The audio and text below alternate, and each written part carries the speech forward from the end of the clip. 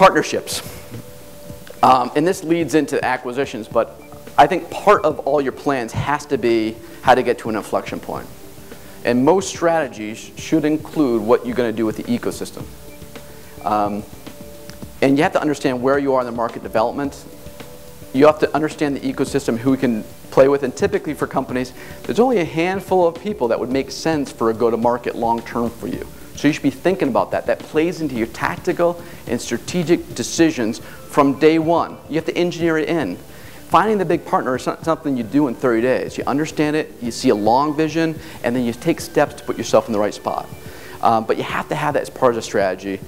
And then the other thing I'll say, don't engage too early. If you have not crossed the chasm, if you don't have a repeatable model, stop going to the OEMs. Stop going to the CDWs, the big channels. It's a waste of time. If you can't make it repeatable, these guys have no clue what to do unless it's repeatable. Even if it's repeatable, they don't know what to do with it sometimes. If you can't make it repeatable, stop, make it repeatable, then go back. And you have to make sure, be really realistic with yourself where you are in that adoption cycle as a company. And if you're ready, go. Don't go too early. Because if you go too early, they said, you know, hey, I do this. Oh, wait, that's what you said a year ago. I haven't really seen it take off. And you hurt yourself dramatically in that relationship. Compared to waiting, they'll listen to you once. By the way, there's only a limited number of these people out there, so be careful how many shots of the chamber you're going to use. And then you've got to figure out how to make it win-win. When you get one of these big partners, you literally have to think of their business. So at Virtual Iron, we were starting to get some good velocity marketing going. We got CW PC Connection to take the product. All of a sudden, you know, this average sale price at $3,000, we're starting to crank through.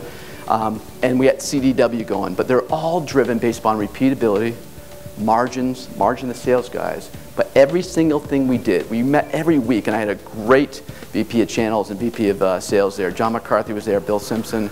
But what they were able to do, we focused every week of how to make this work for CDW, making it easier. When a deal came down, we made sure that happened for them.